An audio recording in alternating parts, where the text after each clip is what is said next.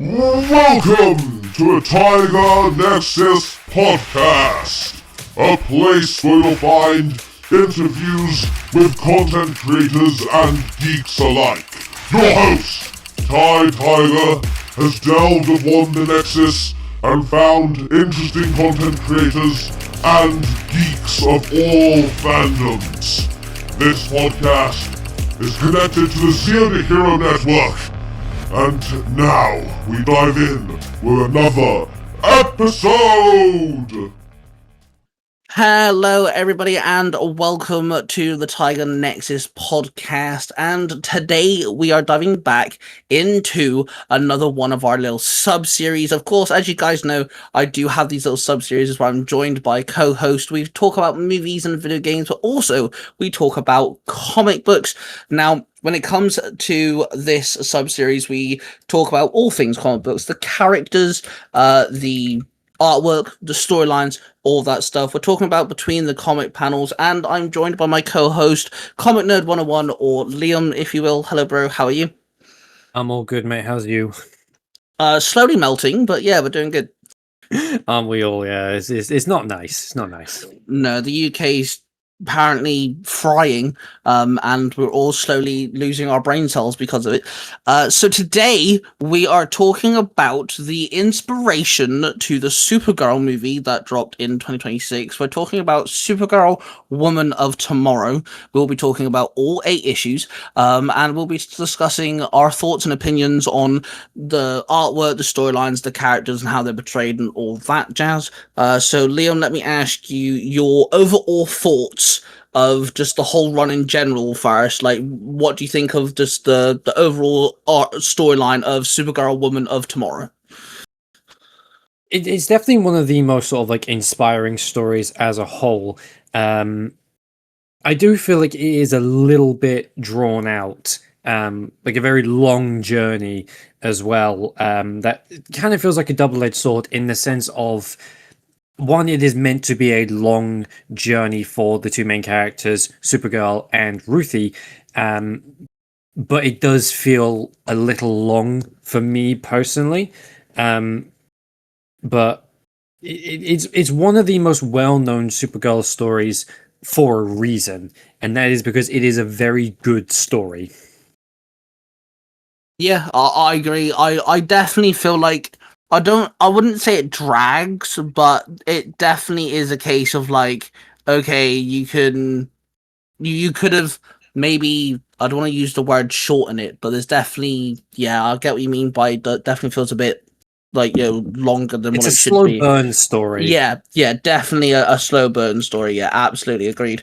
But again, it is one of, if you want to get into reading Supergirl, or you want to know more of Supergirl, or you just want a fun Supergirl adventure and you want to know, what to do there and stuff, I feel like this is a really good way to understand more of the character, especially with like the fact that she's not on Earth.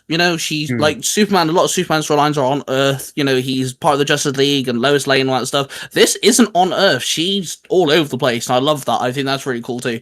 I feel like that's a lot of fun. They got to explore a lot of aliens and planets and societies and stuff. Just like it makes sense why James Gunn went down this route, because he's done well with Guardians of the Galaxy and stuff. He understands how to do this sort of thing, so it does make sense why he went down this one, because this storyline does have a lot of adventure, a lot of to and fro into different places, lots of different weird wacky designs and things like this. So yeah, it does make sense. So Supergirl, Woman of Tomorrow came out in August 2021 and ended in April 2022 with an 8-issue run. So it's actually relatively new, which is interesting. It ended only 4 years ago. So for that to get a movie adaptation as well, that's pretty cool. But yeah, it's actually one of the most relatively, if you think about it, relatively newer comic book runs for Supergirl. It definitely feels like, I remember when I first wanted to get my hands on the graphic novel to read it for the movie, I thought this would have come out in like, I would have said like mid 2010s, 2015, 2016. When I saw it if it came out only 4 years ago, I was quite surprised by that fact as well. Especially with the narrative of the story as well. It doesn't feel like a quote unquote modern day story, if I will, Yeah, no, definitely. I get what you mean there. It's quite odd because you would think Supergirl would have had this sort of storyline 10 years ago, 15 years ago, maybe, instead of this sort of storyline being now, which is quite odd, especially for a character like, because how long has Supergirl been around for? Like, it's been a long time. I know it's not long as Superman, but I'd say maybe the 60s she's been around since. Because I know she was created by Jerry Siegel and Joe Shuster. So, according to Google, Action Comics issue 252, which dropped in May 1959. 15. Oh, it was 1 year off. I said this. 1 year off, bro. That is not bad. 1 year off is not bad, my guy. At least she wasn't like a whole decade. Yeah, but, like, I was gonna say, so we're talking 80 plus years. So you'd think something like this, where it's just a fun Supergirl adventure. She's exploring the universe and stuff. This feels like it should have happened early 2000s, maybe round about there. Like, it's a bit odd that it's happened so late. It just feels a bit out of touch date wise. So when it comes to issue 1, I'm gonna I've kind of written down kind of like a overall blurb, if you will. Issue 1, dubbed Men, Women, and Dogs. Kara Zor-El travels to a planet with a red sun to celebrate her 21st birthday, and of course, under the red sun, she has no powers because it is the yellow sun that gives Kryptonians their super abilities, allowing her to finally get drunk like an average normal person. While recovering from a hangover, she is introduced to a young alien girl named Ruthie Marie Knoll. I could be pronouncing that wrong. I apologize if that is the case. So whilst they are communicating and conversing, Ruthie explains that a mercenary called Krem of the Yellow Hills murdered her father after stealing their family's prized sword. She asks Supergirl to help hunt him down. Kara initially refuses, believing revenge won't heal Ruthie's pain. But when Krem returns and attacks the tavern, shooting Supergirl with a poisoned arrow 3 times, Kara decides she cannot let him escape. The issue ends, however, with Kara, Ruthie, and Krypto watching the spaceships that they are on leave because Krem steals it, after Krypto's also shot as well. So Kara gets shot 3 times, which is odd to see, because obviously she doesn't have any powers. So I do like the fact that they played around with the idea that because she's got no powers now, she's having fun, she's being a bit of a, well, I don't want to use the word teenage brat, she's 21, but you know what I mean, she wants to let loose, she wants to get pissed, that's fine, but they got to play around with that because Red Sun, she has no powers, which means she's vulnerable, and the fact that we actually see her, there's a comic book image of her with 3 arrows in the chest. Her suit is now drenched in blood. That's honestly a really cool shot as well. That is actually that's one of the first panels that I took from that. I was like, that's a sick shot. We get to see the Woman of Steel, the Supergirl who is a Kryptonian, she's bulletproof and all this, just get shot with 3 just normal arrows and she's bleeding everywhere. Like, that is a really unique image to see, and I like it. I think it was pretty cool. Especially as well with where so Krem in this issue, Krem is with another mercenary who Ruthie originally tried to hire, and I love the bit at the end of one of the pages where the guy swings for her. She grabs the sword with her bare hand and punches him straight in the face. Well, the sword is also slit open her hand, and then turns to Krem, who absolutely legs it to the ship. And it's throughout the whole story, Ruthie is narrating this to us because this is Ruthie recounting the tale, and she says that where is it? She was torn with pain. I think Supergirl would have followed if Krypto hadn't let out a whine, and you see Krem running for Kara's ship as Kara goes to comfort Krypto to the best of her ability, seeing as he is also vulnerable under the Red Sun as well. Yeah, which I also liked, the fact that we get to see not one character but two, because yes, okay, I know Crypto doesn't talk and stuff, he's just a dog, but he's still a cool fun character, and like he's an adorable pup, you know.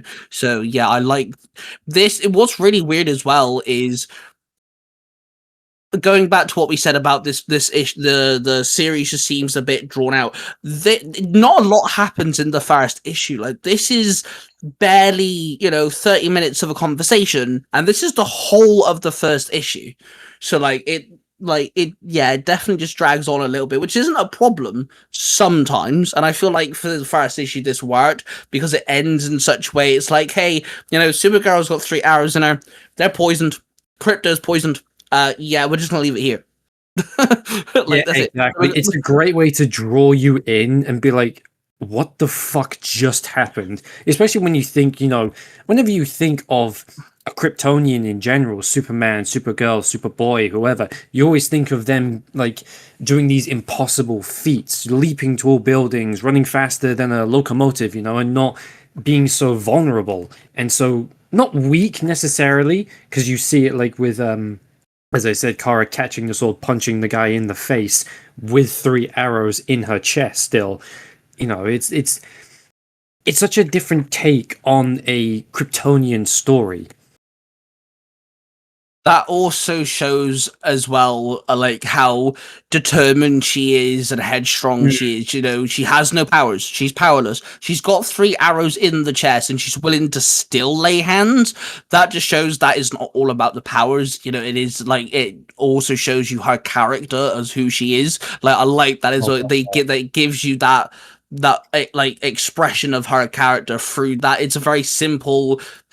She's just laying hands with someone, but it does show you that, hey, without powers, she's still willing to, do what's right, which is always a good thing, especially for these type of characters like Supergirl and Superman, where, they are portrayed as almost immortal, almost impenetrable. Like, you can't hurt him normally, so like doing stuff like this allows you to flex, characteristics like that a little bit, which I appreciate. I think that's a really good way to do it, and I feel like characters like Supergirl need that sort of attention, because Supergirl's awesome. She's a fun character, and me personally, I like it when character families get like explored like this. Spider-Man has Miles, Batman has his whole Bat family, so characters like Kara and Crypto, I like it when these sort of characters get more attention and more love. And so yeah, I'm down with the fact that we get more things for Supergirl, especially seeing her this vulnerable. I like it. And it definitely shows her resolve as well, seeing as like on the page before that, she's quite shocked at the arrow actually penetrating her, and then it's only after Crypto gets shot do you see her resolve, with her standing up and taking another arrow to the chest, and then marching towards Krem saying, "I'm Supergirl. Do you think I give a shit about swords and arrows?" Yeah, that's also very true. And one thing I love as well is their choice of weapons. It's not guns or big massive, it's an arrow. It is something like, to us, arrows and bows and swords, we stopped using them years and years ago. We went to guns as soon as guns were invented. We went to like military S status, so we haven't been using that for hundreds of years, and it's something as simple as arrows that is what they're using. It's a really interesting choice, but it borderline makes sense, and I love that. It's little things like that that makes you appreciate these sort of stories even more. And you got to think as well with how like evolved Krypton was and the technology that they used. Swords and arrows are as basic as it gets when it comes to weaponry. Oh yeah, exactly. Yeah, no, that's actually a very good point. Actually, yeah, mentioning Krypton, very good point. Yeah, she comes from a place where it's all high tech. Thousands of years, exactly, thousands of years ahead of us in terms of technology and space travel and just knowledge as a whole.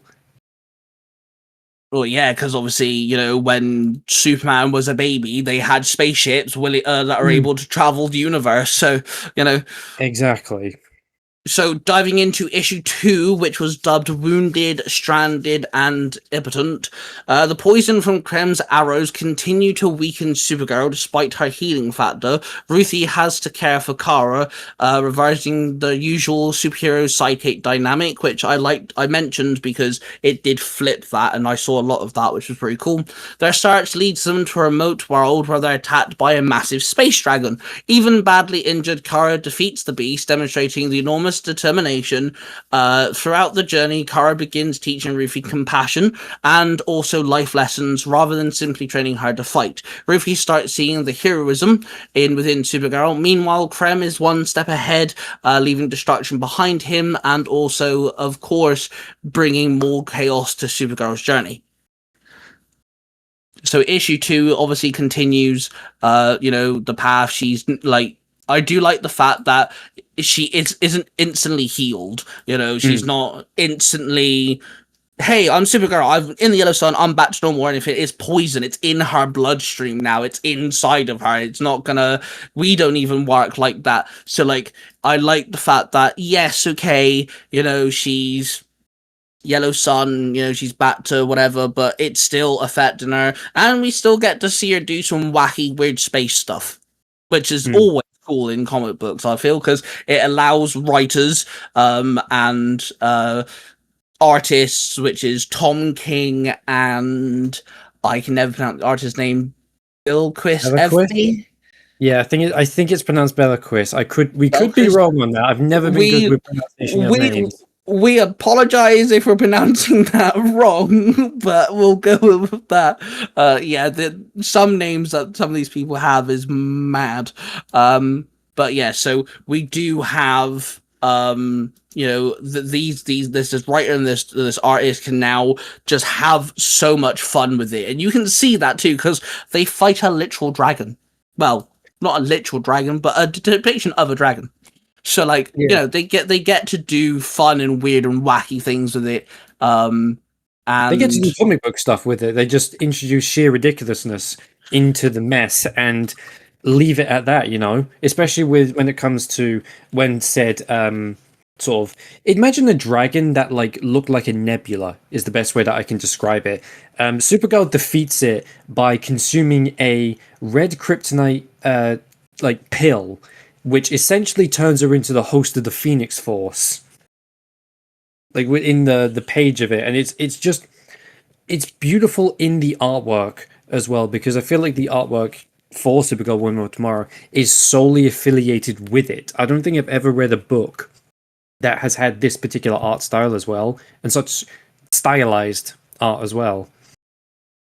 Yeah, it's very unique. There's something with, this is going to sound really strange unless you're looking at the actual comic book. Some people may not understand what I mean, but there's something where like it's I don't know if it's like the brush strokes or like the shading of it or anything, but it almost looks like they're trying to capture the 70s going on to 80s, but kind of like a refined, kind of like a redone version of that art style, if that makes any form of sense.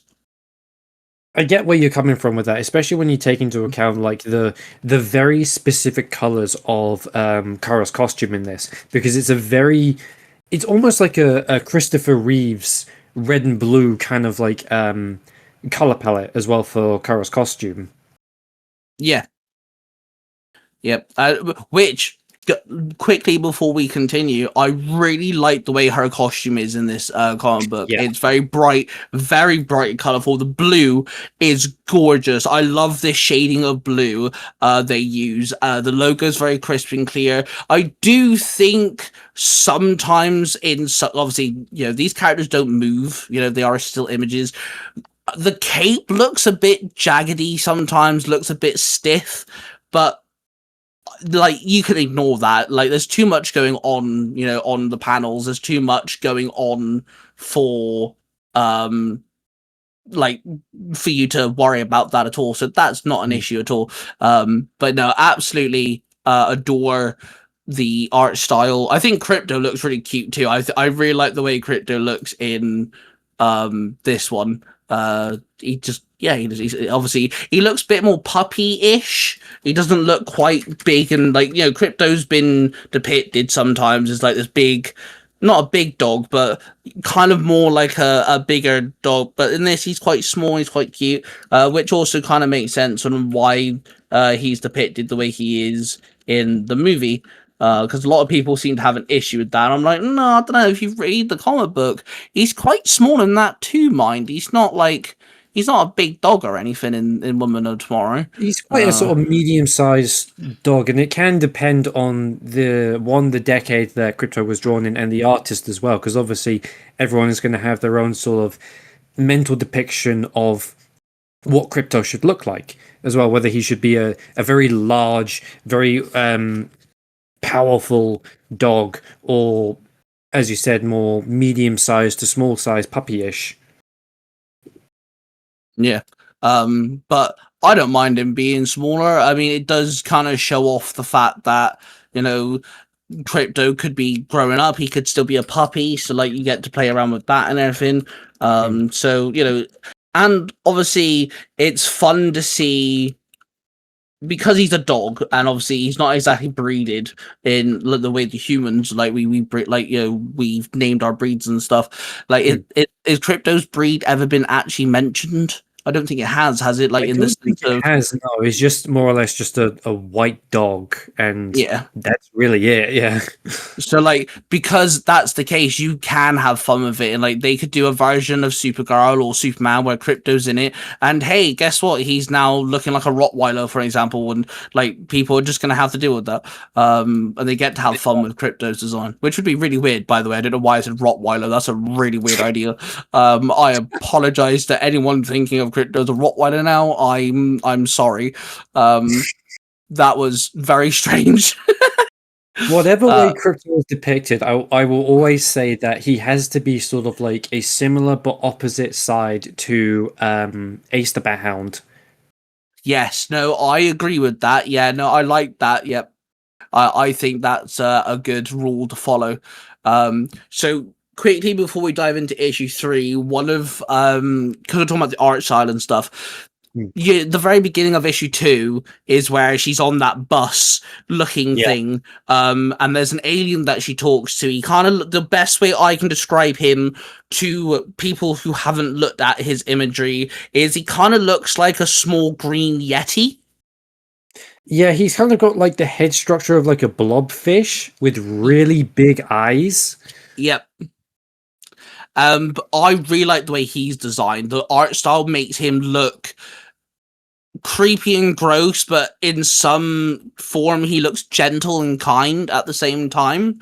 Like, it's really well done. But yeah, because we mentioned art style, I thought I'd mention the fact that like there's a shot in issue 2 of that bus that we're talking about in space, and that is gorgeous. Oh my god, that panel where it's just floating through space, the universe looks really clean. That is what I mean by like 70s 80s art style, is like the way the universe is depicted, where no dot is the same, each dot is a different glow, a different shape. You can tell it's different paintbrushes too, and things like this. Like, it is stunning. But that one shot of the bus, really cool, funky design as well. Really fun design. It's not just a bus, it's like all this weird tech and thrusters and stuff. But we do get to see more of Supergirl in her suit, because in issue 1 we didn't really see much of it and until she got shot, obviously. So like, we do get to see more of her in the suit. Lots of different aliens. There's an alien that she talks to in, I want to say, is it a restaurant or something that they're at? And there's that weird looking mushroom red thing that talks to her. He points a gun at her. Yeah, so as they're traveling through space on this bus, they stop at different ports to get off, eat, drink, whatever, just for a little rest. And they stop at one spaceport, and then, as I said, it's sort of like an alien that looks like a mushroom, points a gun at Kara, saying that Superman had trapped 2 of his brothers in the Phantom Zone, and he swore revenge on her. And like, all throughout the story, whether it be on the bus, off the bus, you constantly see different unique alien designs. Yeah. it feels very Star Warsy in the sense of everyone looks different. Yeah, that was my point, was like, the two aliens I just brought up, which are in the same issue, look vastly different textures as well. None of them look the same. Like that is where I like it with my comic books. I like it where you're looking at a 2D image, but there's life in that 2D image. There's vibrant colors. Like, I love that, and I think this comic book, especially because it's all aliens, captures that fucking phenomenally. Oh my god, it's so good. Some of these things are so good. So what do you think of Supergirl taking the red kryptonite pill thing that she takes? I love that because it's such a good way of the way she explains it with red kryptonite, because red kryptonite has been historically known to be like inconsistent. Red kryptonite is just whatever the writers want to do at the time, and I love how she says sometimes it turns into a horrible monster, sometimes your hair grows long, it's safer than being eaten by a dragon, and then takes it, and then her eyes glow red. So it's literally, even people in universe don't really know what red kryptonite does. It's just spin the wheel and maybe you'll get lucky with becoming what looks like the host of the Phoenix Force, because her cape disappears and bursts into like phoenix wings. Yeah, honestly, that red kryptonite's always been higgledy-piggledy. We're definitely going to have to do a episode where we talk about just kryptonite alone and like all the weird, wacky, wonderful things it's done. We're definitely going to have to do something like that. Because I think that deserves its own, like in the comic books they've done so much. I think we need to do something like that. But yeah, the weird Phoenix, as you said, it's very Phoenix Force-esque. There's a panel where she's in mid-flight and it's directly like on her face. It's an angle, but it's on her face. Yes. Oh my god, she looks evil, bro. She looks like a super villain with the way her eyes are lit up and stuff. Love the fact blacked out eyes with her irises glowing orange and the flames coming out of it, and then she goes straight through like the back of the dragon's head. It's giving super villain vibes. Obviously she's not, but it gives it, and it's just like, oh damn, like that is so good. Like it's so good. So let's dive into issue 3. My notes for issue 3: modest, calm, and quiet. So we have the chase continues across several more planets, each one unique and bizarre. Ruthie learns more about Kara's tragic past, watching Krypton die, losing her family, and arriving on Earth, only to discover that her baby cousin Kal-El, also known as Clark Kent, also known as Superman, is now a fully grown adult. Kara explains how those losses shaped her without making her bitter or negative, or didn't go down a dark path. Krem manipulates people and exploits local conflicts to lay his pursuers, aka Supergirl. Ruthie becomes increasingly obsessed with killing him, even though Kara repeatedly warns her that revenge is not the way, and if you're consumed by revenge, it could lead to dark paths. The issue deepens the bonds of Kara and Ruthie, making them more like sisters in a sense, and increases their relationship to just simple travel companions. So yeah, issue 3 definitely just increases what I've been saying about issue 2 and 1. A lot of world building with all these aliens and weird wacky looks and stuff, which is great. Loving all of that. But yeah, your thoughts on issue 3? I think issue 3 is probably one of the darker issues as a whole, based on like the subject matter and Ruthie experiencing the worst in people as a whole, whether it be from the actual people of Maypole, the planet as a whole, and Krem of the Yellow Heroes and the Brigands as well. For those of you who've seen the movie, this is the issue that the Brigands making their appearance in, who are vastly different from the film as a whole. You'll be glad to know. Yeah. Yeah, I have read this before, then I watched the film, then I've reread this for this podcast episode, and thinking of I've watched the trailer again literally this morning, and I was like skimming through the comic book once again, just refresh my memory, make sure my notes made sense, and holy crap, some of the design changes are really out there for the movie. Definitely read the comic book if you guys haven't, because like even Krem himself is vastly different. It is weird. But now, yeah, this one's definitely the darker. Up to this issue, I think this is definitely the darker one. One thing I did like in this, though, it does make me laugh. It's in the first couple of pages. Rufy and Kara talking to that rat-looking thing who's building the cards on his desk. Oh yeah, the sort of like, I think he's the police commissioner or something like that, or someone. Yeah, and I love the fact that she just gets annoyed, and so she just uses her super breath to blow all the cards all over.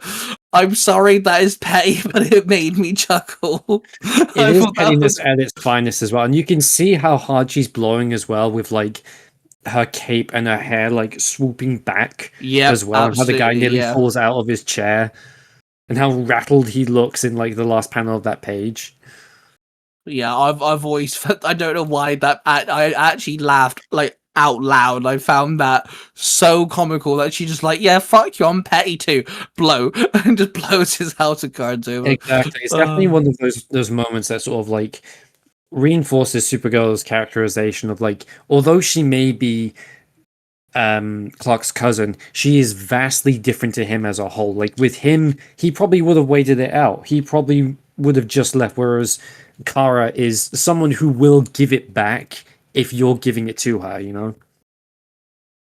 Yeah, no, definitely. That again, I like the fact when characters like this get more, and this so far as we're going through each issue, up to issue 3, we get to see a lot more of Kara and how, like you said, different she is to Clark, and yeah, her pettiness is something. Not all the time. There's some iterations of Supergirl where she's not as petty, but yeah, she definitely gets to be petty, which I just don't know why I found that one panel funny, but it did make me laugh out loud, I will say. It's a nice comical moment in an otherwise very serious and very dark issue for the story as a whole. But it also makes sense, though, the Supergirl they're trying to portray, the circumstances at hand, if someone was being a dick to me and I had to, fucking chase after dude and everything, yeah, I'd fucking knock over your house of cards too. Especially if being a little dick, why not? Exactly, yes. It's one of those things for, like, if someone was being rude to us, we'd want to, like, do something back to them in the same sort of, like, avenue of pettiness, as you say. Yeah, I hate to be kind of like a broken record here. I'm going to bring up the art style again. I do not know what page it is, but there's a page where it's all one image and it's Supergirl carrying Rufy mid-flight and they're flying over like on that page now, yeah. And that is beautiful. I loved that. That is such a good image. You can see her cape flapping, you can see Rufy's coat, the clouds, it's gorgeous. You can see all the buildings, they have depth and height and shape, but they're also blurred because she's moving quick. That is a really good example of how unique and beautiful this comic book is. I really enjoyed that. And also when she lands on the ground, I do like the fact that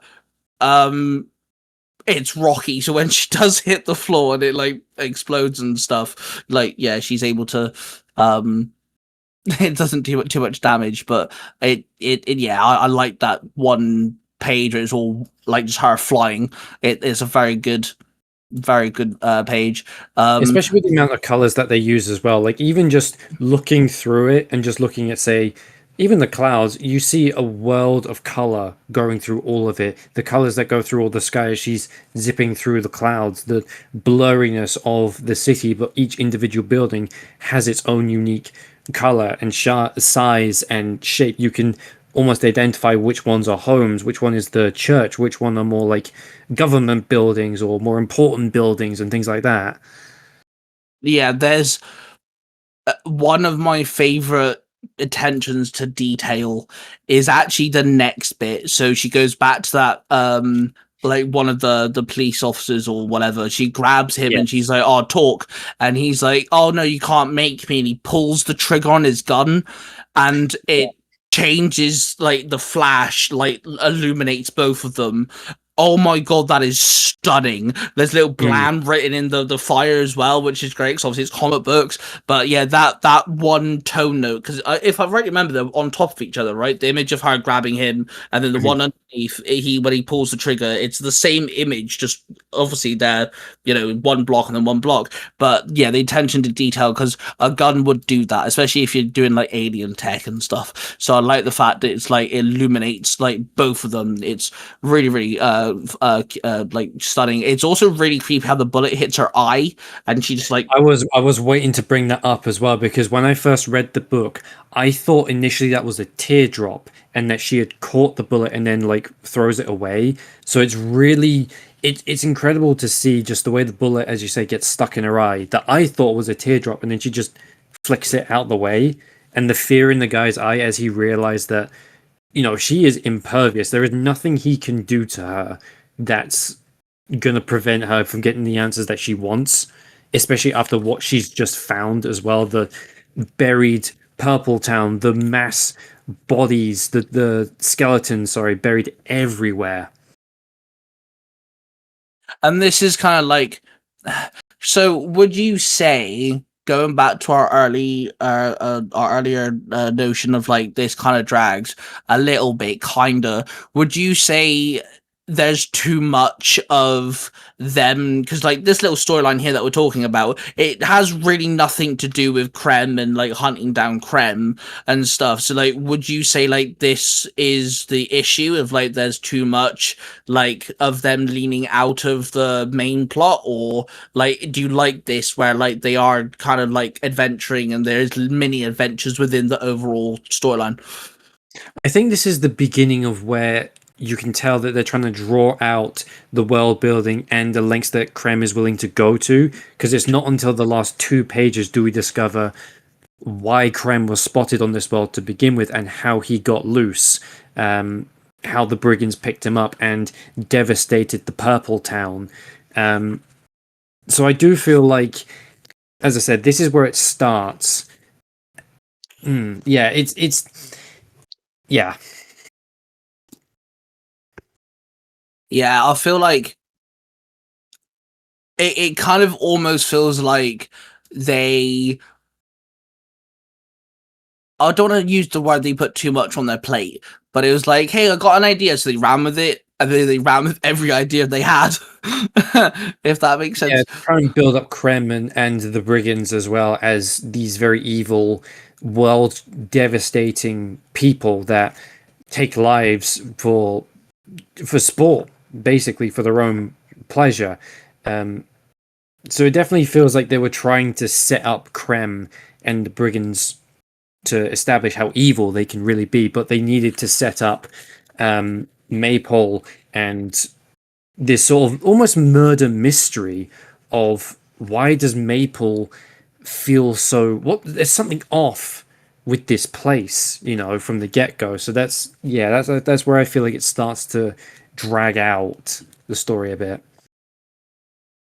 So, diving into issue 4, Restraint, Endurance, and Passion, before I read my notes, I will state I like how all of the issue chapter names are 3 things.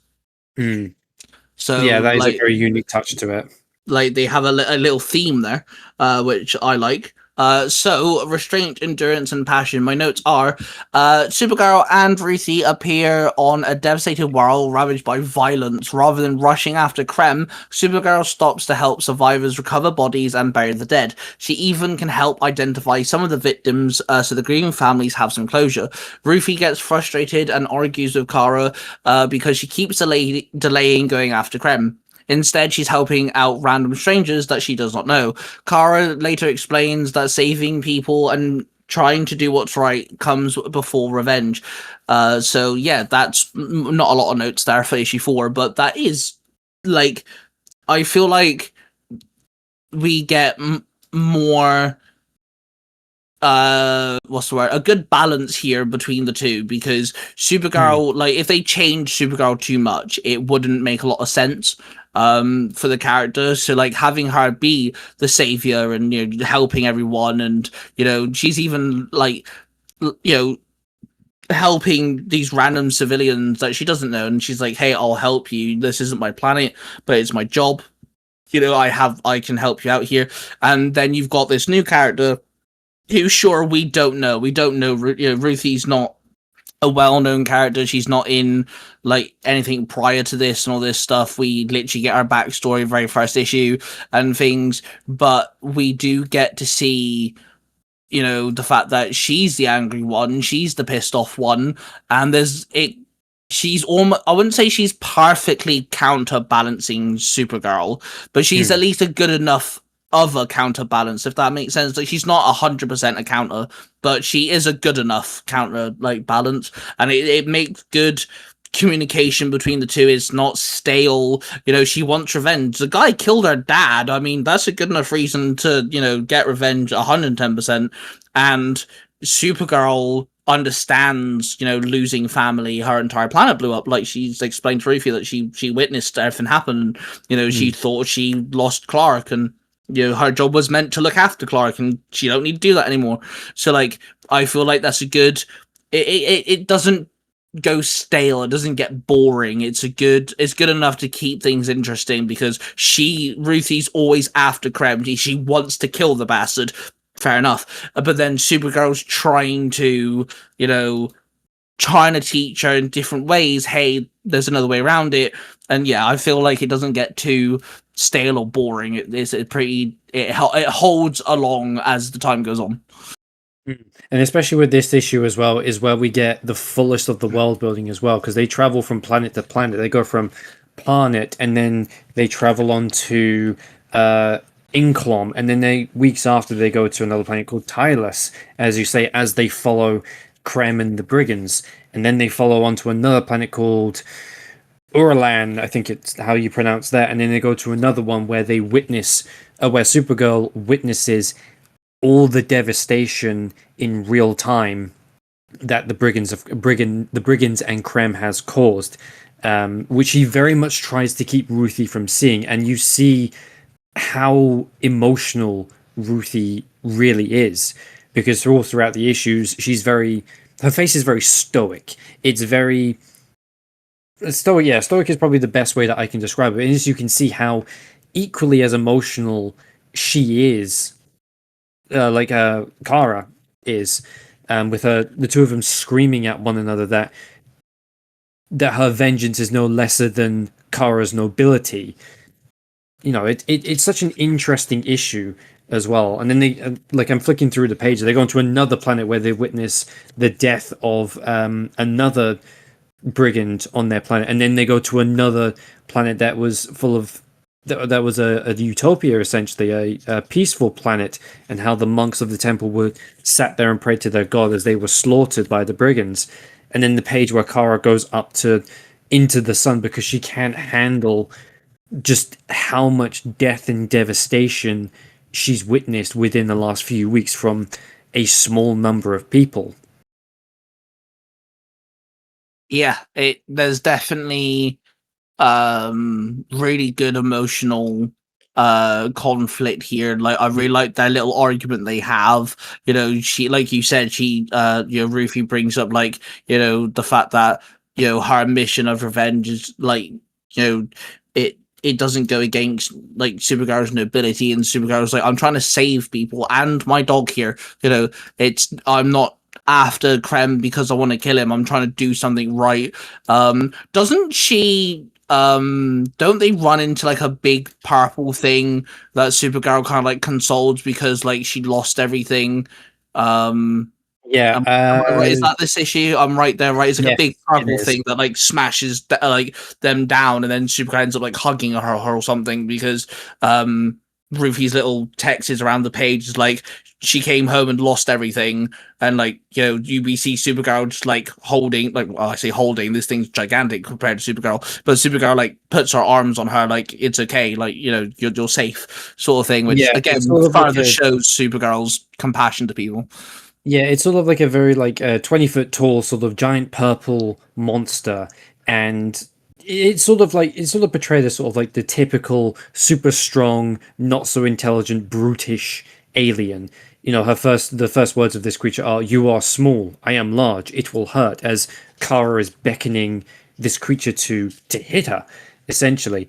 But we learn that this was a woman named Issaran who had lost her family in the brigands, and this is Kara's way of trying to get the emotion out of her, where Issaran is quite literally pounding Kara into the dirt, and she's toying with her. She's saying, you know, is that all you've got? Come on, hit me harder. She's trying to get the... It very much reminds me of when Johnny Storm died in the comics, and then Hulk and Thor went to the Thing, and Hulk let the Thing just pound him before falling into his arms and crying because he couldn't let himself feel all of that pain and the turmoil. You know, he was hiding behind his strength, his rocky exterior, you know. So it's a very well done scene. It only encompasses 3 pages in total and a very short segment of... We can see from previous issues how much death and devastation the Brigands and Creme of the Yellow Hills can cause on one planet alone, let alone warriors like these who, by the looks of it, don't show a lot of emotion like that. It's all in their strength and their size, you know. Yeah, one of so this is, I actually noted this down because I really like because, you know, we've spoken about them journeying to different planets and stuff. So a little bit into this, I think it's a couple pages for the end. In the yellow text, in which obviously Ruthie's narration, it says, "Our next stop was Nacilian, I'm going to pronounce it as. I will not write of what we witnessed there. Some tales are too sad to tell. When it was finished, we found ourselves sitting together under the stars." So, like, it's even kind of, it's even alluding us to, like, you know, the fact that it's a good way of saying, hey, we've done more stuff. We're not going to we don't want to dive too much into it, but we get to explain, and the way that it's written is like, I will not write of what we witnessed because some tales are too sad to talk about.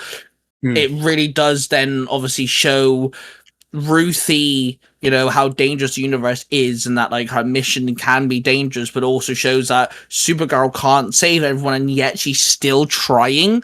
Because, like, you know, if not everyone's gonna stand up to that, if someone, you know, has the ability to do something, but they're never gonna accomplish the goal of completing it, you know, some people would give up.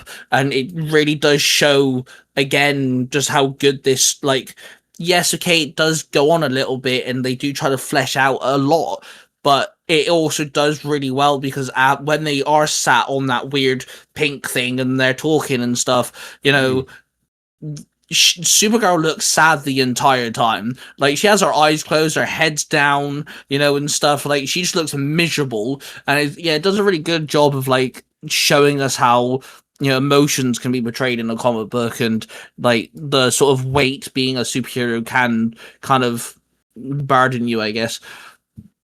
And it's a great way as well to, because throughout this issue we are very aware of the death and devastation that the Brigands leave behind them, going from the first planet where we only see the survivor as a singular crying baby. Then we go to Inklom, where we get a very personal, detailed look at Creme of the Yellow Hills and how personally his butchery can get after he slaughtered someone's friend. And then we go to Tylus, where we see the old man digging the graves of everyone who died in the attack, and obviously with his Supergirl finding his daughter. Then we go to Eurus, however you pronounce that planet, and see Irisan again, and how personal it can be, but being someone who wasn't even home when the Brigands attacked, and she lost her family. We don't hear anything about the rest of her species. We just hear who had lost her family in the brigand raid, and then we go to sort of like almost uh, like a necromancer's type planet, Terracrum, where we see Kara watch everything that the brigands have done, and then we go to the next planet where we see a brigand being executed by the citizens, and then the final planet where everyone was murdered and we don't see any survivors at all for it. So it's a great way to show us and tell us that we don't really need to see any more of what the brigands can and have done, because we've witnessed it on all levels, personal, emotional, just everything across the board. Yeah, and it also, it builds up the villain without showing us the villain, because we get to see the aftermath of how fucked they are. They're that twisted, and so it's a very show us, don't tell us type thing. Yeah, but also exactly. done very well. I as I was reading it, I feel like this is one of those storylines where, yes, the first issue is the first issue, and yes, it does leave you wanting more, but I do feel like as the storyline goes on, it gets better each issue. Like, I really enjoyed reading chapter 4 compared to like chapter 2, for example. I feel like it builds up more, and like you said, it builds up a lot. So issue 5, the lake, the trees, and the monsters. Again, we have 3 little words there, which there's an ongoing theme, which I always enjoy, little things like that. It's almost like a description of what we've already witnessed, because the telling us that it is the next issue doesn't happen until the very last page on most instances.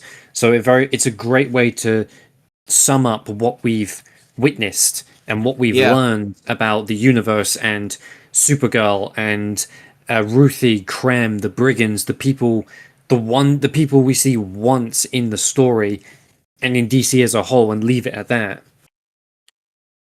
Yeah, I agree. Issue 5, the lake, the trees, and the monsters. Krem reaches a dangerous world filled with monstrous and dangerous creatures, with unknown and ancient tales to tell. Supergirl and Ruthie narrowly survive several encounters while continuing their pursuit for Krem. The journey becomes increasingly exhausting. Ruthie begins questioning whether her vengeance is even worth keeping after all of the stuff she sacrificed, although still believing that killing Krem is the necessary thing to do. Kara's injuries have now fully healed, allowing her to fight at full strength once again as they close the distance between themselves and Krem. So, like this is what I mean by, each issue just seems to build up, the hype for Krem and his team. We get, I don't even know. Is it like a dinosaur or something that they get teleported under? Because they actually do. She gets hit by magic, doesn't she? Which obviously Supergirl. Most iterations, Kryptonians that can't do much against magic. If I rightly remember, she actually says it is magic. It's like a teleportation. Clem throws I can't remember what it's called. It's something. I think it's a mortal globe or a mortis globe or something like that, which is essentially just a globe that teleports Kara to an entirely other planet. A Mordu globe, that's what it was, sorry. A Mordu globe, which teleports Kara and Ruthie to a planet with a green sun, which was made of kryptonite. And as Kara says, this planet was made for Superman to trap him. A green sun, kryptonite, and a world of monsters. This is a planet specifically made to kill a Kryptonian, to make him incredibly, poison them for starters and depower them with the kryptonite sun, and then have essentially the savage lands of dinosaurs roaming around ready to kill you and hunt you down at any moment. And also their, big, gigantic, things. So even the most gentler creatures could kill you just by stepping on you. So in this sort of instance, everything's a threat. Not even the big gentle ones. They're a threat because they can squash you. And like you said, under the green sun, she's weakened. She's not at which is kind of contradicting. She gets full power, but then she goes to a green sun planet, so then she's fucked again. They really like screwing over Supergirl in this comic book run, don't they? Very much so, yeah. But I do feel like it does help with the narrative as well, that shows just how well known Kryptonians are as a whole, that people would build a planet to kill Superman specifically, as Kara says, but also people, like other people, are aware of it. And if, for instance, they did have a Kryptonian on their tail, this is the best place to send them. Yeah, it's very true. Which again is lore building for more than just Supergirl, because it's aimed, Exactly, yeah. which is great. One of my, again, second time I laughed here. It's when they're walking, and Ruthie's kind of propped up, got Supergirl's arm around her shoulder. She's helping her out, and they're walking, they're talking, and I love the way it's written as well, because there's dots between certain words of Supergirl, so you can tell that she's like just talking is exhausting her, which is great. That's really good little attention to detail. Yeah, the little ellipses, yeah. But Rufy swears, and obviously in comic books, whenever someone swears, they do like hashtags and ats, and like the $sign and stuff to obviously symbolize. They're not gonna put swear words in a comic book, obviously. So like Rufy swears, and then Supergirl says to the lines of like, "Hey, that's good. You actually used it right. Proud of you. Just don't tell my that I talked to you. Okay, he's a bit judgy." I laughed at that. That is so fucking good. That is comical. She's dying by a green sun, and she's there proud of Rufy for swearing correctly. Exactly. And it's the way it's built up as well, how Kara tells us that Superman was sent to this planet as well, but the League managed to save him. And then Ruthie asks, how long did Superman last? And Kara goes, oh, I think it was about 45 minutes before they rescued him. And then Ruthie's like, 45 minutes? And she goes, yeah, that's what she said. And based on the position of the sun, they estimate they got about 10 hours. Yeah. So it's just the way it's built up. She's like, yeah, there you go. I got it. I'm really proud of you. Just don't tell Cal. Which I also like as well. Doesn't she also say, sometimes I see why people hate him? Yeah, exactly. Judgy. It's brilliant. It really encapsulates the fact that Supergirl and Cal are not, like, Kara and Calvin are not the same people. They're not. And like it gives you it's a way of doing the same idea but done twice, because they're both Kryptonians, they have the same power sets, but Clark's raised by two loving humans, with great morals, and teach him that, Superman doesn't kill people, he doesn't do this, that, and the other. Supergirl's happy to leave Earth to get pissed. Like it's more so she's trying to forget about what she witnessed, because you got to remember as well, she was there when the planet blew up as well. So she watched billions upon billions of her own people, even people she may never have met or heard about or seen in her entire life, die and dwindle to nothing more than a small handful. So I think it's more so that she's trying to forget about what she witnessed as well, and seeing as most of her other birthdays would have happened on Krypton as well, and all the memories flooding in of spending it with her parents and her friends, people who are long since gone now. It's a good way of making it make sense, because there have been times in comic books, in movies and TV shows, where someone will do something and it's either out of character or there's no logical reason behind it. Her leaving to somewhere where she can get drunk, physically drunk, she's left, she has no powers. Sure, having a birthday makes sense, but they've added this emotional toil to it. She's not only celebrating her 21st birthday, but she's alone. Yeah, sure, she's got a cousin, but he ain't gonna go and get pissed in the middle of nowhere. He doesn't do that. But she's lost her mum, her dad, her family, her entire planet. She witnessed all of it too, which isn't great. So like they've added this emotional, they've actually made it so it's a good enough reason for her to do something like that, which I like. So this issue as well, I really appreciated the idea that, you know, eventually Supergirl gives up walking, she can't muster it anymore, she lays down like on a rock or something, and Ruthie draws her sword, which, by the way, beautifully drawn. I love the sword design in this. And she stands and guards her. I love that, because we're now 5 issues in. These, like, it's stated earlier this issue that it's been months now. They've been traveling for months. You know, it's been a little while now, and you know, it shows that she's no longer just Supergirl is no longer just someone that Ruthie's asked for help. She cares about Supergirl now. You know, she didn't have to defend her. She didn't want to. She could have found her own way home, you know, or her own way out or something. But she decides to stand there and, like, you know, some weird dinosaur thing shows up, you know, and she's willing to, like, you know, there's a whole panel where she's got the sword guarded and she's ready to fight the thing, and you know, she does end up does she end up stabbing it, I think, or something, like in the mouth or something like that? Yeah, so Ruthie is standing guard, and as you say, a dinosaur approaches. But the thing that I love about this is that Ruthie is visibly terrified, because although she wants to kill Krem, although she wants revenge, she is by no means a trained. She's from a rock farm. She is by no means a trained fighter. She probably barely knows how to use the sword, like, properly to begin with. Doesn't know a proper stance, a proper, you know, defensive guard, or how to fight in general. And suddenly she is thrust into a position where her protector is gone. You know, all throughout from pretty much since the end of issue 1 onwards, Supergirl has been protecting Ruthie. She has been the one getting into the fights, whether they be big, whether they be small. She has been the one that has been ending the confrontations, and now Ruthie is thrust into a position where she has to protect attempting to rest Kara, but obviously Kara is in incredible agony at this point, and it very much does take the toll on Ruthie as well, not just surviving the attack, but obviously what it meant as she does go to lay down to sleep next to Kara.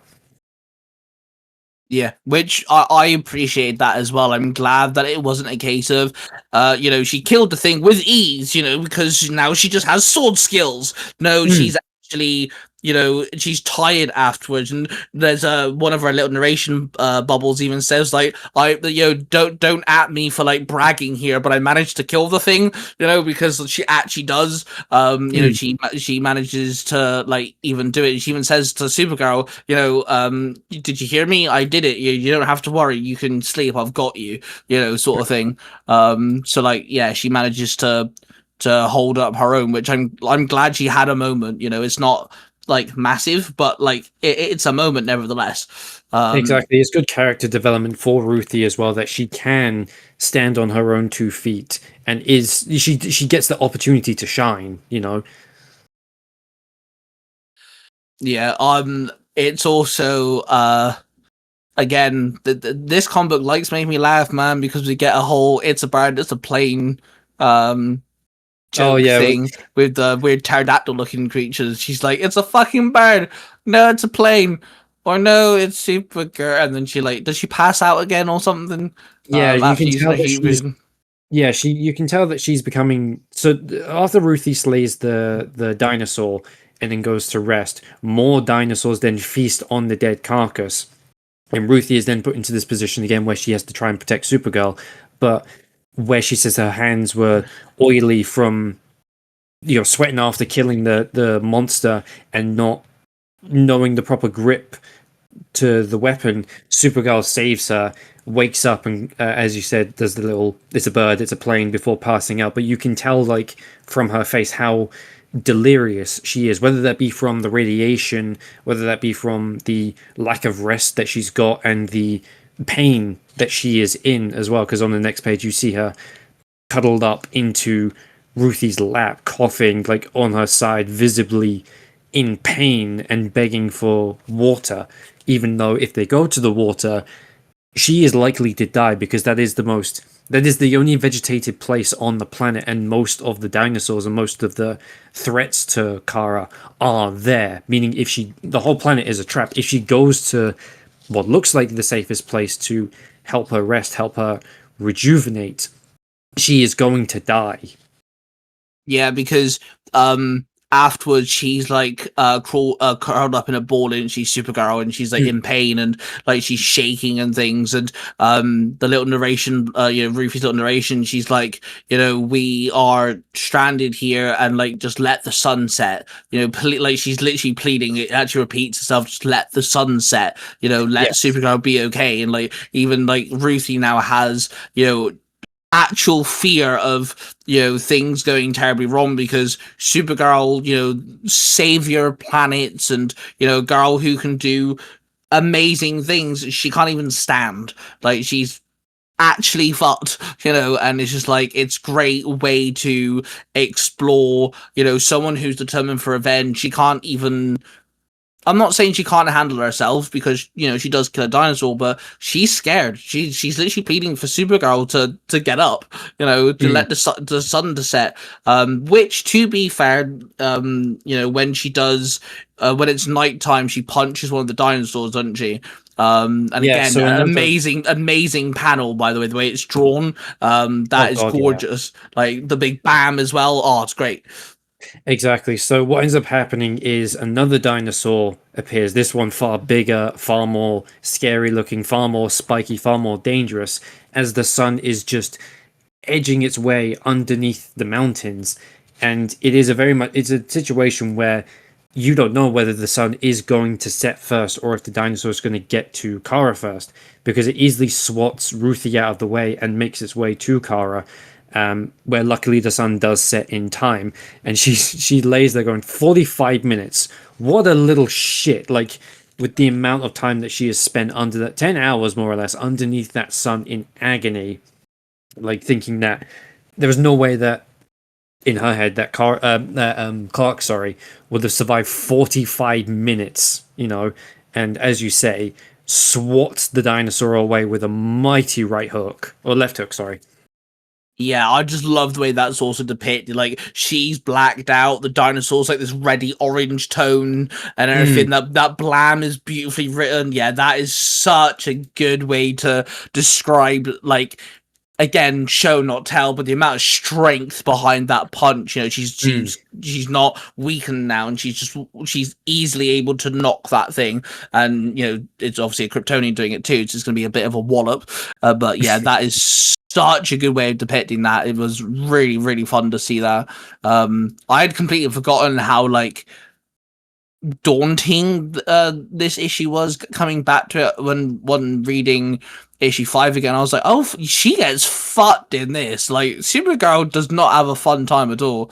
But it also shows that one of my favorite things about this run is it shows that on Earth, Superman and Supergirl are Superman and Supergirl. And there's not much that can hurt them on Earth, realistically. Some magic, sure, kryptonite, if you can get it, depending on which iteration of DC you're looking at, depends on how much kryptonite there is. And that's pretty much it, unless an alien comes. But then as soon as you leave Earth, you're out of your comfort zone. You can lose your powers easily by a red sun. Green sun has the same properties as kryptonite, so you can make your ass weak. Aliens can hurt you. There's it just shows that Kara's just as in mortal danger as the rest of us, and Clark if he was in the same position, which I really like. That it makes them a bit more what's the word, human. Just yeah, well, yeah, in a sense they're not human, but yeah, very, very good way of putting it. Yeah, it makes them a bit more easier to relate to. Okay, so issue 6, Home, Family, and Refuge. So Kara reflects on Krypton, Earth, and how she has never truly felt she has found a place to belong. Ruthie talks about losing both her father and the peaceful life she once knew. And then they locate Krem's hideout. After a tense confrontation, Supergirl defeats and captures him before Ruthie can take her revenge. However, Krem's allies, the how did you pronounce them? The Ruthless Brigands. The Ruthless Brigands are already coming to rescue him. The hunt is over. However, a real battle begins. So yeah, this is a fun one again. I feel like they finally. I was actually quite shocked to see, because obviously it was an 8 issues, that issue 6. we get to Krem already. I was expecting, because of how drawn out the other issues are and stuff, I was expecting it to draw out again, because he goes to throw that ball again, the orb, and like loving the depiction of Supergirl's speed here as well in this one. That's a lot of fun. But like, I was expecting it to go the complete opposite direction, to the fact that like she manages to escape it, and they actually do fight Crowd. I was like, okay, this is interesting. How you gonna tackle this, I guess. But yeah, overall, I think this again just exceeds. It gets it bit wacky and weird in some cases. I'm not gonna lie to you. There are some things that was a bit odd, but again, you have beautiful artwork. They show off a planet exploding at one point, which was gorgeous. But yeah, overall, I think each issue just seems, I wouldn't say like over dramatically gets better, but just each one has a nice step up from the previous one. Oh, definitely, particularly with this one where Krem outright says no man or woman can outrun a Mordu globe, and instead she mounts Comet the super horse and races the orb, or the globe, sorry, to the pretty much to the edge of the universe and back, all while we see it flip-flopping between Kara talking about how the devastation of Krypton, the separation of Argo City before the explosion, how the kryptonite poisoning, how they had to build the lead shielding on the floor all across Argo City to prevent people from dying, how the end of that ended with just Kara being the one to finish it, and then disaster strikes again with a meteor storm which destroys the barrier and causing what would have caused everyone who had survived the first wave to die, and then it ends with Kara's father repurposing the schematics for Cal's pod to Kara, and her being the sole one to live, and to live for the rest of the life of Krypton lives within her, more so than I would say Cal, because obviously she remembers Krypton. Although she's depicted as being younger than Cal in terms of physicality, she is fundamentally older than Cal. She has lived on Krypton for years and years and years. She knows Krypton like the back of her hand. She knows their language, she knows their art, she knows their music, she knows how they functioned, how they lived, who Kryptonians were before the planet exploded. So it's a beautiful issue, and as you said, the art style in it, particularly towards the end, where they start breaking off from color in general and just going to the almost like a stark white void, almost like the gaps in between the comic panels, and pops the Mortis globe before going back to Krem and capturing him. Yeah, I really like how they did that as well, because obviously she's on that horse. I do like what you said about it jumps as well. It's really good.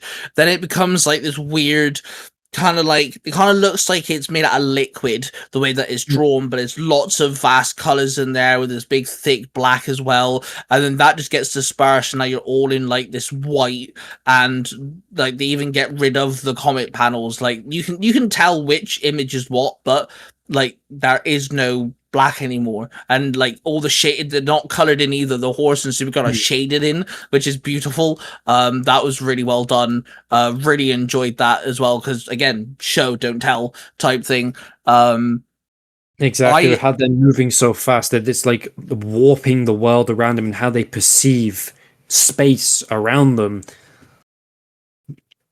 Yeah, I really like the fact that we get more detail in Supergirl's like background, because a lot of the time, a lot of people know it as Clark as a baby in one pod. In this comic book, it's actually say that she's 14 when she's sent to Earth, so she's 14. So she's got 14 years on top of Clark, and then obviously she's 21 in this comic book. So I don't know. So that's a bit of a time stretch. So yeah, she may look younger, but she is roundabout-ish 14 years older than Clark is. Borderline.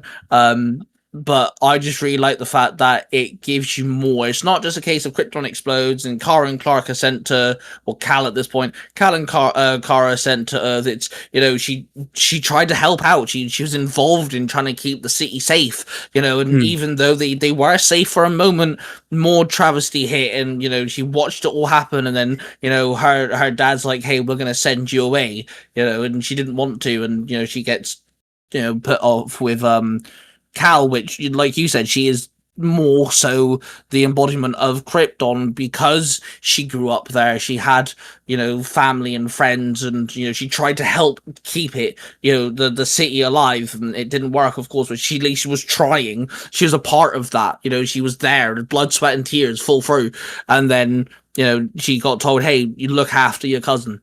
And Exactly, yeah, she doesn't get to either, which is also heartbreaking because in her world she was meant to look after this baby, and when she does meet Cal again, he's a full-grown adult who's saving people. Exactly. In the way, like, after the lead shielding breaks, she goes into, I think it's like her father's study or his lab, sorry, and asks, "Is there hope?" And he responds, "There is always hope for you," knowing full well what he is about to do, how everyone in Argo City is going to die, and the last chance that he has to let someone, for hope to remain, is to send his daughter away, to save her from the pain and watching everyone around her die again, particularly if she would have to watch. She already watched her mother die within the first wave, and chances are she would have to watch her father die in the second wave.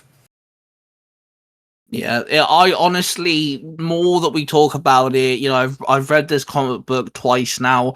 I've skimmed through pages as we're talking.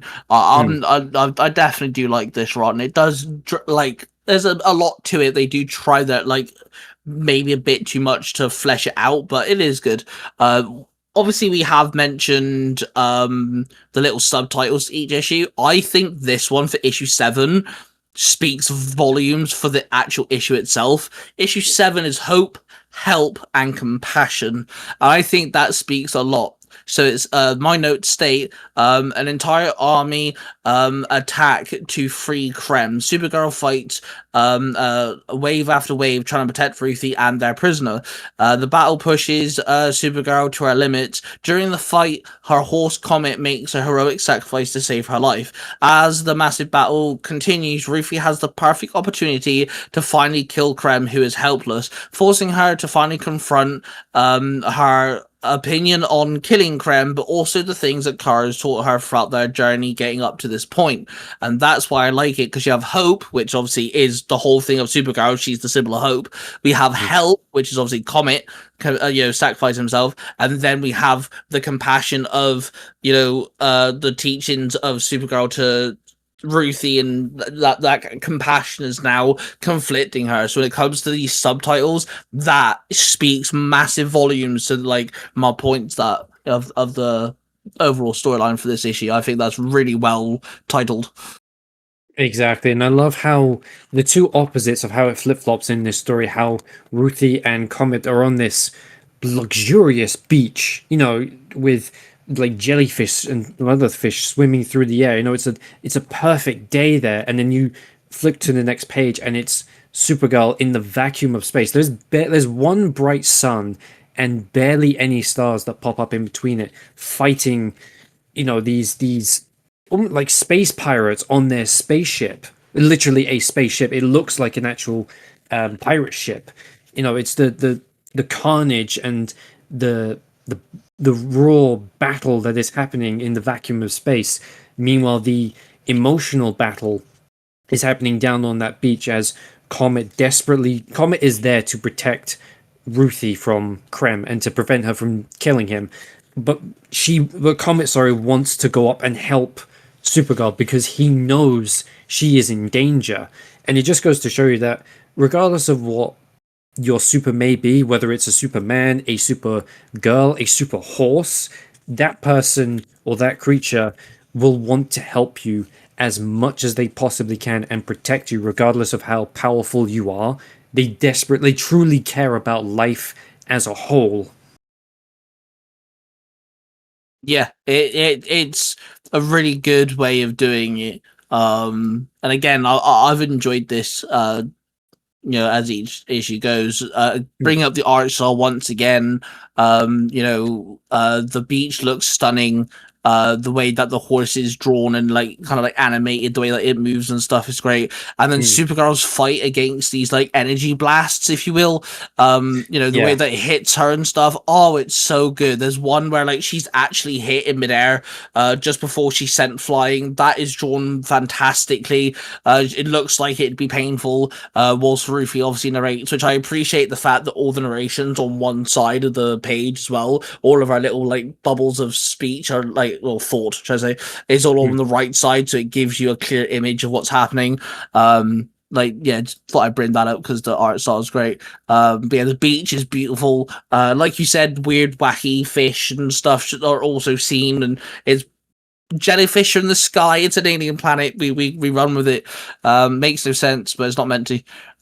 Exactly, yeah, and like as you say with like the thought bubbles, I love how they look like torn pages as well with the roughness around them, as this is Ruthie's recount of what happened throughout those many months of the two of them hunting down Krem of the Yellow Hills. And she says even at the beginning of this that a lot of the information she has to kind of omit because she wasn't there during the battle. She only knows based on what Supergirl had told her in the aftermath of it as well.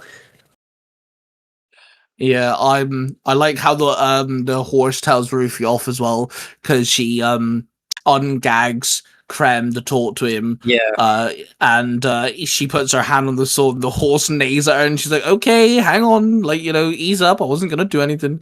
So like, even the horse is like, "Hey, you like listen to Supergirl."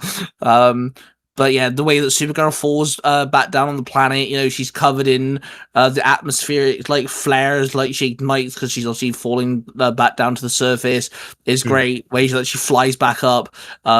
That image where she lands on the ship and like there's like the destruction underneath her, right, from the impact and stuff, and you've got some thugs in the background being knocked by the shockwave. That is beautiful as well.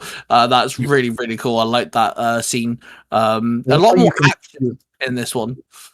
Exactly, yeah. So I was going to say, I love how you can feel the impact as opposed to the calmness in the beach. So in the pages where she's fighting the brigands, and as you say, gets blasted, and then the chains around her blasted again and thrown into the deck, and then you cut back to Ruthie, Comet, and Krem, and you can see with Comet like how almost the wind is whipping through his, or lightly going through his hair and his cape, just the calmness of that. And then you go back to the carnage on the brigand ship with how it's the roughness of it, of how it's torn apart, and how Supergirl is beaten bloody and is trying to tell Comet, don't you dare come up and help me, don't you dare leave her alone.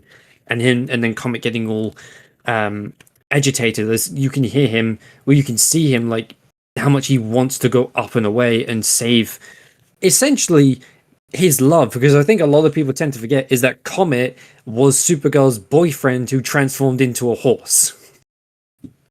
Which my explanation of that is welcome to comic books. Exactly, yeah.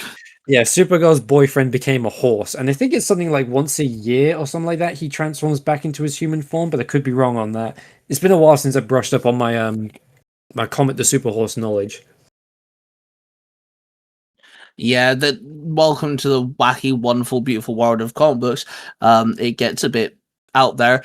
One of my favorite things about what happens next is we actually get Krem explaining his side of things, which you don't get all the time, and I really appreciate that. I love the fact they don't try to humanize him per se, but he at least gets a word and he fully explains, what's going on, and we get. I love the shot look of, not shot, but like the look on Rufy's face afterwards as he's talking, as well. We get to see the balance between the two. We get to see it from his point. We actually see like a third point of view of like him stabbing. Like there's the panel is like from her first person point of view. Sorry, not third. First person point of view. So like we literally get to see it from his point of view, which is interesting. We don't get to see that a lot. So it's nice to see kind of like there's two sides to every story type thing, and this time around we actually do get to see two sides of both, like, the same story, which is cool. What I do find is really interesting as well is all throughout this story, we've seen Ruthie be this very sort of like well-spoken person, particularly for her age as well. And then at the very beginning, we see her using the word ain't, which to me is quite interesting because all throughout this, you would have thought that she would have spoken in a proper tone. You know, she would have said like, "We are not," and it just shows how much that one, her resolve, I feel like, is breaking with Krem right next to her within killing distance, and two, how much Supergirl is rubbing off on her as well, and how I feel like she kind of knows that they are nearing the end of their journey together, and how much how much is taken, not necessarily, well, yes, I'd say a toll on her as well. Yeah, I completely agree. Because we get to see, Supergirl, after that conversation, Supergirl's up fighting. We do get a really cool fight scene there. But we see her go up to the horse, and she's crying now. She's actually letting her emotions out a little bit. And whilst he's trying to like taunt her in a little bit, because like he starts saying stuff like, "Oh, your father just spent his life, pulling stones from dirt," and he's there. No, I'm not like taunting. Taunting's the wrong word, but he's trying to taunt, and she's just there holding the horse now. She's crying. She's actually feeling it too. She's like, it's not like she's letting go of the revenge side of things just yet, but she's allowing herself to feel it, and that is because of Supergirl. It's because Supergirl said that compassion and being thoughtful is more important than revenge by any means, and she finally lets herself feel it. I like that. I think it's quite interesting to see, especially because she's got the horse there, which obviously, like you said, has a massive connection to Supergirl. The horse like neighs at her to tell her to pack it in when she grabs the sword. And I also like what she says, back at Krem when she's like, I do nothing but mourn my father. Now she's at the point where she can finally start to miss him and actually be upset that he's gone, instead of just absolute bloodlust revenge. And he still goes on about it too. Krem is still trying to provoke her and outwit her just by talking, and she's just there feeling her emotions. And it's interesting to see, especially because we don't know this character, which I like as well. We don't know who this girl is. She's not a big name in DC. She's not Barbara Gordon. She's not Jesse Quick or anything like this. She's just a new character, so it's cool to see this much detailing in a character we don't know about, which I really appreciate, because sometimes new characters can get completely thrown under a rug, where in this case, yes, Supergirl's got all the action. The next page, if I'm not rightly wrong, she's all tied up and she's got a gun pointed at her head. She gets all the action, but the emotional side of things, the story driven side of things, is with this Ruthie girl, and I really like that. Exactly. It's the physical struggle on Kara's end fighting the brigands, and the emotional struggle on Ruthie's end confronting Krem and everything that he verbally throws at her as well. Yeah. But of course, Supergirl does end up in a bit of a tight nick. The Comet doesn't like it at all, and he does fly off, which I do like the ending of this issue with her turning around, and she draws the sword, and you just see her eyes with the sword in hand. Oh, that is so good. That is such a good shot. Especially on the previous page where she beckons Comet to go up and save Supergirl. Like, she's trying desperately to get Comet to go, swearing on her dad's grave that she's not going to do anything, and then he's gone. And then she says, where is it? Now, you ever lied to a horse before? If you ain't, I had that experience. I had to do some of... like she feels guilty about lying to Comet at the fact that she swore on her father's grave that she wasn't going to do anything. And of course she turns around and draws her sword. So how Ruthie of all people throughout this story has been one of well-spokenness, a stoic exterior, someone who very clearly would keep their word and their honor and their honesty at being, I guess, kind of the better person as a whole, and then to openly lie to anyone as a whole is quite it's a nice turn. It's a nice twist in the story towards the end. Yeah, I don't mind reading this bit. So she says, I said enough to convince Comet, and he backed away and took to the sky, leaving me with Krem of the Yellow Hills, the dastardly king's agent who had killed my honoured father on his own land. I had travelled the stars searching for this dullard, and now there was nothing left between us besides the word I'd given to a horse. Now, have you ever lied to a horse before? If you ain't had that experience, I do have some obligation to warn you. It can guilt you something awful, but you'll get over that soon enough. And that's literally what the last set of words are, and it's like, holy crap! Like, that is so good.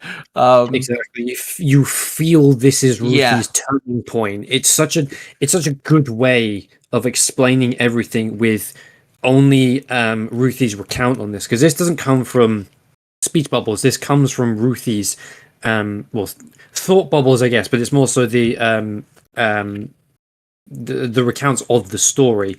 So she knows how guilty she felt in that moment, but her resolve hardened when faced with the opportunity to avenge her father and take revenge upon Krem of the Yellow Hills.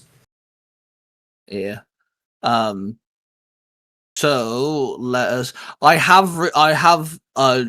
do notice. I do need to get better on my note taking. I do apologize. Certain things kind of overlap. I need to get better at structuring my notes. I've noticed this. I apologize if my notes aren't making some sense. So I apologize for for my note taking. Taking notes from for a comic book is quite interesting. I'm not gonna lie. Issue 8, of which is dubbed very, very well Ruthie, Supergirl, and Krem of the Yellow Hills. It's literally our three main characters of the comic book. The final issue resolves both the battle and the moral conflict. Supergirl defeats the remaining brigands, but is left emotionally devastated by Comic's sacrifice, of course.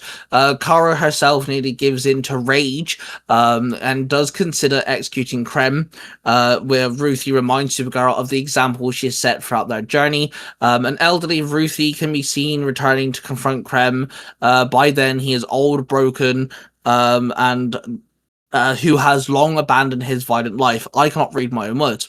Rather than killing him, the Ruthie simply strikes him with her walking cane, the same place where he once murdered her father, and walks away. She realizes true justice wasn't revenge. Supergirl's example taught her that mercy, though painful, breaks the cycle of violence. The series ends with Ruthie honoring Kara as a great superhero, the greatest superhero she ever knew, not because of the power she had, but because of the inspiration she had, which I do really like. I enjoyed the way that this ends. It's quite a odd ending. The way that this ends, personally, I wasn't expecting. I think this kind of threw me for a loop, which is a shame because.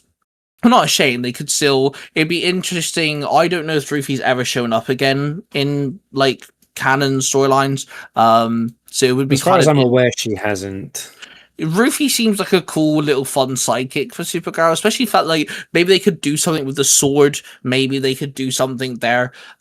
So this is again a bit action. There is an amazing. I think it's like the first. No, I don't think it's the first page. It might be like 5 or 6 pages in, but we get this really clean like cut. You get like one panel where Krem's now untied and he's talking to Ruthie. Then we jump to Supergirl. Then we go back to Ruthie, and we jump between the two. Oh, that is so good! It is so good. It's really well done. Color palettes are very different as well. She know what's what. You know, oh, it's so good. And like the fact that Ruthie puts the sword in the sand and take steps back. I think that is ballsy, but very honorable, and she does kick some ass. I will admit, they both die for the sword, and she boots him in the chin. She gets her moment. To be fair, I know she doesn't enact revenge, but she gets her moment to shine. Supergirl is overpowered. She is Supergirl after all. She's Kryptonian, so giving her the army to fight makes a lot of sense. So having Ruthie have this one-on-one with Krem, they're arguing over the sword at fire. I think she kicks him in the face a couple of times, if I rightly remember. She doesn't she bite him also. I want to say she bites him, which is gross. But like the one-on-one emotional fight, the tide starts coming in. She cuts his hand, or his fingers. Try to say it's not exactly his whole hand, but like she cuts his fingers, and stuff. Like you said, the physical is on Supergirl. She's dealing with all of these these thugs all at once, but the emotional fight is with Ruthie, and she does get her moment. She does get to be kick-ass. She's not just a helpless, damsel in distress. She does get her moment to shine, even though she doesn't kill him, which we respect. She gets to be. She chops the dude's fingers off. She puts the blade to his throat. She gets to be, not the superhero of the story, because it's not that, but she does get her moment, and I love it when she goes to swing, and like misses, like it kind of like skims his hair, and she's like, "What's wrong with me? Why can't I kill you?"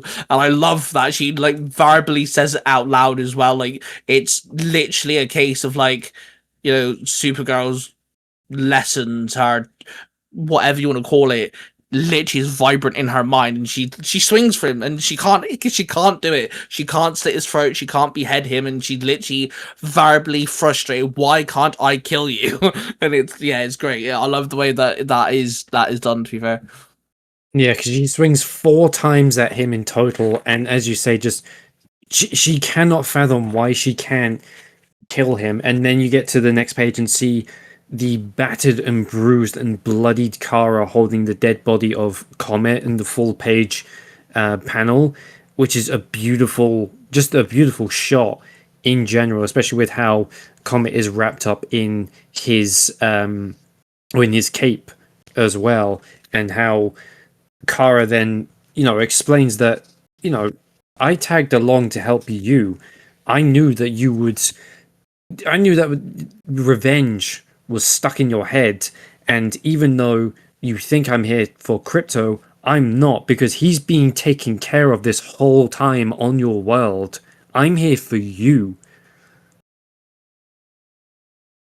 Yeah, I love the fact that it gives you enough of a comic's backstory without going like too deep in it. But the way they go about it's really well, because the way she words it is, he didn't like to tell people, "Oh no, that this is Comet. He was a man. He was cursed to be in the body of a horse." It's complicated. He didn't like to tell people about it. He told me because he loved. It doesn't matter. It's complicated. Like it shows more emotional trauma for Supergirl, and then she stands up and her suit's all tattered, the suit, the cape's absolutely fucked, and then she's like, "We're at the end, aren't we?" And Rufy's like, "Oh, we can't kill him because of Crypto, the poison." And then she turned and she's like, "Oh, Crypto's fine. He's been taken care of by a veterinarian on your world. I just made up all that stuff about needing to find Krem to save him, needing you to come with me because you knew what Krem looked like. You don't think I couldn't have solved all those problems myself? Come on, I'm Supergirl." And it's just like, oh my god, that is so good. That is like absolutely goddamn beautiful that she like, yes, okay, I know she lied and lying's bad, but like she saw Ruthie for what was happening, and she knew what could happen because she had her dad. Yeah, okay, her dad dies, I know, but Supergirl has her dad. She had Clark. She had her friends that she's made on Earth. To stop that thought pattern of revenge, of negativity, of trauma. She uses her powers for good, which numbs the pain a little bit. Ruthie doesn't have any of that. She's not a superpowered being in a yellow sun. She can't fly. She's just a girl with a sword out for revenge, and Kara can see that. She knows what that is. And so she's like, I'm going to help you out without you realizing it. And it just shows, again, the hope and compassion that Supergirl has, which is also different to what Clark would do. I don't think Clark would lie the way that she did. I don't think Clark would do that. So again, it works well on that one as well of, it's different enough from Clark. And Ruthie's just stood there shocked and like, I don't understand what you're saying. And she just goes on saying, I could, tell you're stubborn enough. You weren't going to learn that killing is wrong just by me saying it. I needed you. I needed the chase. I needed this to happen. I needed all this to continue so you would learn it. And it's just like, it's such a good way to it's such a good way to end this type of storyline, because they could have just kept him alive because Ruthie changed her mind, or killed him because Ruthie wants revenge. No, they went down a more special route. They flavored it up a bit, and I thought it was great. Really worked well for Supergirl. Absolutely. And the way that she stutters at the end, saying, I had to show you. I took you with me, hoping you'd learn about, I don't know, something, but you didn't learn it, did you? Which makes sense in the world, because I couldn't teach you, because I dreamt of Krypton still, showing the parallels of Supergirl and Ruthie, of how Ruthie had revenge stuck in her head. Meanwhile, Kara had visions of Krypton stuck in her head. Neither of them could forget. That stuff is rooted within their mind forever. And even though Kara tried to show Ruthie the difference between justice and vengeance, showing her the worst and some of the best in the galaxy as a whole, it didn't work because Kara couldn't see that herself as well. Yeah, and then it goes on to her Supergirl with the sword, and she's ready to swing, and she I love the fact she calls Krem boy. She's like, you boy, you've had your last words. Fantastic. That's a way to insult a man. And then she goes to swing, and the little thought bubbles for Ruthie. She's like, in the moment when all was set aside for the righteous death of this unrighteous man, I heard my own voice, soft but solid. And then she says, I learned it. And then the actual speech bubbles get thicker as she's now screaming. She's like, Supergirl, can you hear me? You better than that. Damn, hear me. I learnt the lesson. It even says that I'm now screaming at Supergirl because Supergirl's now blindsided for a moment. She's now, like you said, she's still thinking of Krypton, and it's a really good way of telling the same story twice, mirroring two characters without doing it, because you've got Supergirl who's already at the point of being okay with what happened, but it's still affecting you. But then you've got Ruthie who has to get to that point. And it's the same storyline, borderline with some differences, obviously. Like, she didn't watch her dad get stabbed. It was the planet blowing up. Sure, different details, but same storyline. And they're on the same path, just at different points. And just because, you're the second person where you've started your path and you can see the person that you're with down ahead of you, it doesn't mean you can't help them. You're on the same path, sure, and you may be on different steps on the same path, but it doesn't mean that someone behind you can't help you out. And that's a really good way of showing that. And I thought it was fucking phenomenal the way they did that as well. Exactly. It's such a beautiful way of putting it as well, without actually telling you that this is the same storyline happening twice, as you said. Yeah, it's really good. I love, the fact that we also get a little like montage of like, what's been going on while she's talking, and stuff. And yeah, she basically talks Supergirl down from killing him. She even puts her hand on, like, Supergirl's holding the sword up and she puts her hand on Supergirl's and she's like, come on, we got to move quickly. Let us, a way to find, punishment for this guy. Let's get a grave ready for the horse, and stuff. And let's go get your puppy. But yeah, it's a really unique way to tie up this sort of storyline. Because like I said, they could have just done the boring thing. And then obviously it ends with old lady Ruthie, which I like the design for. I like the little, we don't get to see much of her, but I like the design, slight differences. Love the Supergirl outfit, by the way. For in the future, Crypto, is it me or does Crypto look a bit bigger, or am I delusional? In when it's Ruthie's old, you do get to see Crypto. Is he bigger, or am I nuts? I think it's hard to tell because we only really see Crypto like from a distance all throughout the story, or really close up in like a headshot. For example, when say Kara is drinking in the bar, we only really see his head, and then we see him growling at Krem before he's shot, and he's a fair distance away from Kara. So I don't think he is, but it's hard to tell.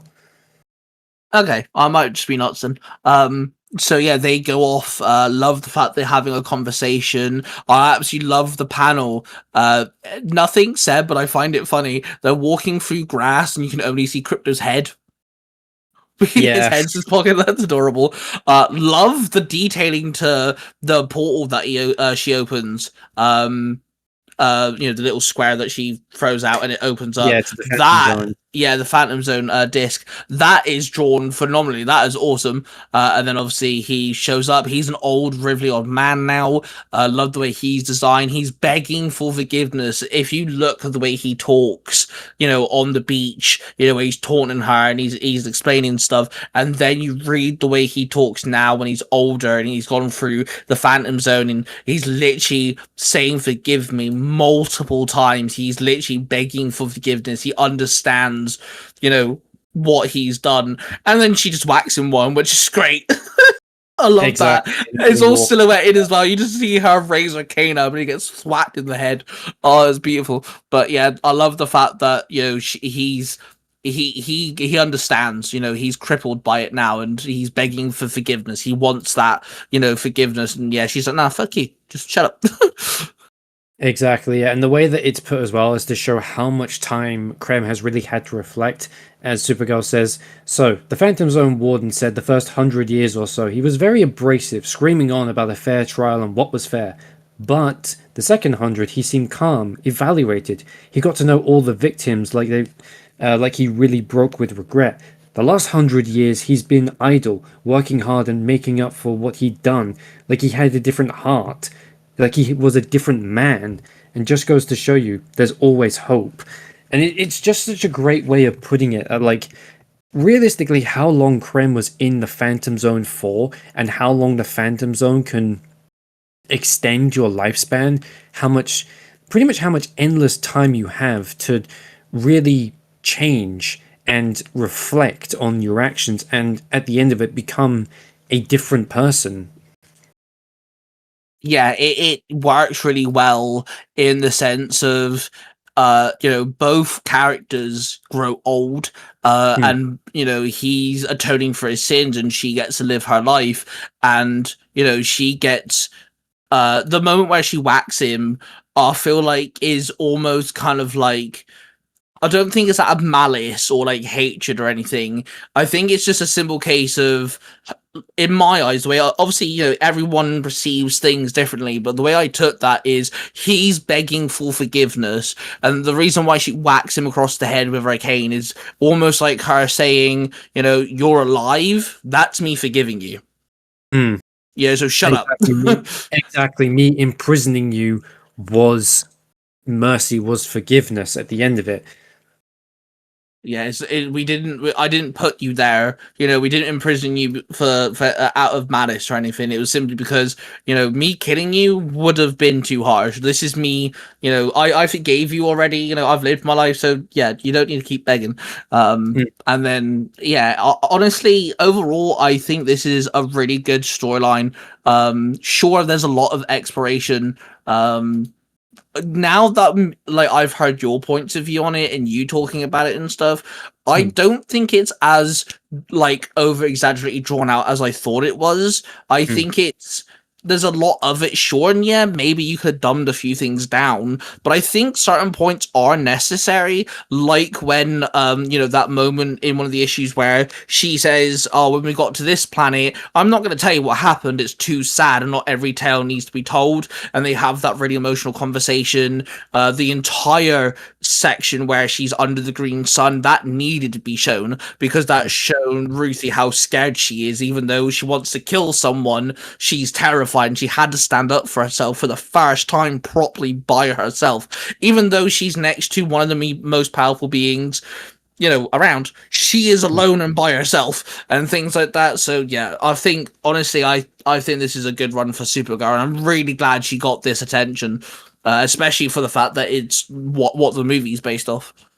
Exactly. As I said at the beginning of this, is that it does feel very drawn out.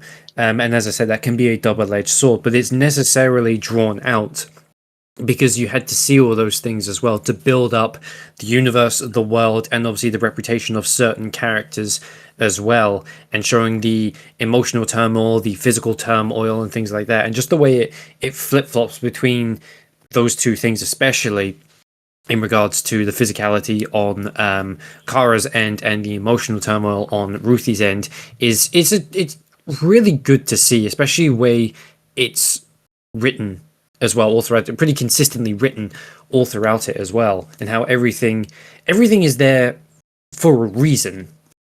Yeah. And like even the small moments, it's to build up their connection, and like Supergirl says at the end, me just telling you not to kill someone isn't going to do anything. I had to come with you. And so it's like little things like that then bring to light, little conversations of her explaining what happened on Krypton, and, all these, her helping people that have gone through, one dude's there burying his family, and stuff like that. And she helps out just because she can. She's like, this is what, you're meant to do. You're not meant to go out for revenge. This is what you do to help yourself, because, this is what I do, sort of thing. And you get to see more of Kara's storyline, which, like I said, mirrors Ruthie's. Yeah, overall, it's great. If you had to rate the 8-issue run out of 10, what would you rate the 8-issue run out of 10? I'd probably say, I'm probably going to say maybe like an 8.5, mainly because the pacing of it first time reading it, the pacing did feel very slow, and that did bother me about it. But I do understand why the pacing felt like, as I said, like a slow burn story. So I'd probably say like an 8.5 to a 9, I would say. It's damn near a perfect story. Yeah, it's a fucking amazing storyline. The artwork is clean. I cannot stress how much I really appreciate the artwork in this, and some of the decisions they did for like the fight scenes as well. The way everything's designed, all the dinosaurs look different. Each world looks unique and vast, and it's so much to explore. I really appreciate stuff like that. Again, yeah, it's a bit of a slow burn, and I think some people may get turned off by that because it is 8 issues as well, so there's a lot going on. But again, it is necessary for their relationship to build. You're not reading this for the action, you're reading this for the story, if that makes sense. Exactly. Yeah. So like, yeah, I think an 8. I think an 8 would be my rating. I think that's a fair one. It's a bit of a slow burn, but it is really good. But yeah, that's our thoughts and opinions on the Supergirl Woman of Tomorrow run.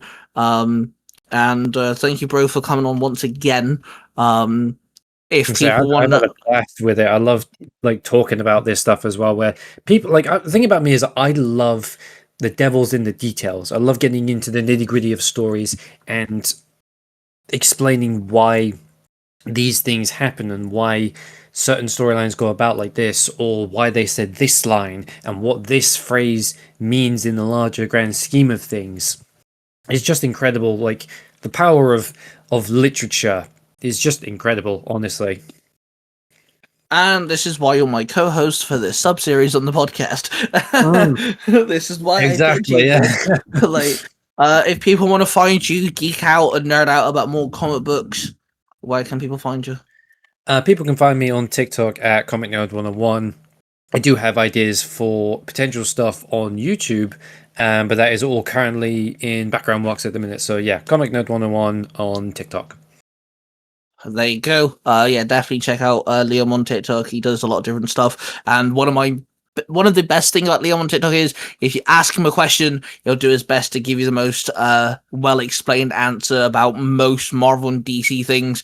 Like over the last couple months, I've seen him talk about Wonder Woman, Punisher, Winter Soldier, and stuff like that. So yeah, definitely go and learn some things. And yeah, Liam's cool dude to definitely watch for on TikTok. Well, thank you, bro, for coming on once again. We shall, of course. I'm hoping to make sure that the next episode isn't too far from this one. I have plans, so we shall talk about that in due course. And I to look those forward to it as well. oh mate, I can't wait. If it's anything like this one, yeah, definitely. I was gonna say, yeah, because like with the amount of books like people I have on my stack, as how much it ranges between different characters as well. Whether you've got like your Batmans, your Red Hood, Wonder Woman, Scarlet Witch, Blue Beetle. Really been getting into Jaime Reyes' Blue Beetle as well recently. Oh, Just bro, all things love Blue Beetle. Blue Beetle is so good. I love Jaime Reyes Blue Beetle so much. He's such a fun character. He really is. I feel like he is definitely the fan favorite Blue Beetle, seeing as there have been 3 Blue Beetles in mainline continuity DC. Yep. Well, to those listening, thank you so much. Of course, if you're on the podcast platforms, rate us, some of that jazz. If you're on YouTube, subscribe to the channel. And of course, thank you so much for all of the subscribers we've been gaining recently. I do appreciate it. The podcast has actually gained quite a bit of attention recently on YouTube, which is also lovely to see, because I am the YouTube guy after all. If I rightly remember, hang on one second before I do end it, let's find out exactly where we're sat subscriber wise. We are on 147 subscribers.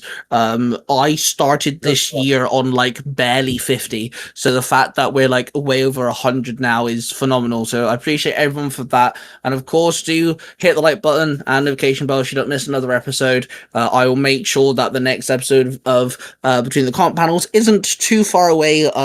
I do have plenty of time to record in the summer holidays, so I shall make sure me and Liam can knock out another one relatively soon. And with that, I appreciate every single one of y'all. Roar of passion, everybody. I love you, and I shall see you guys in the next one.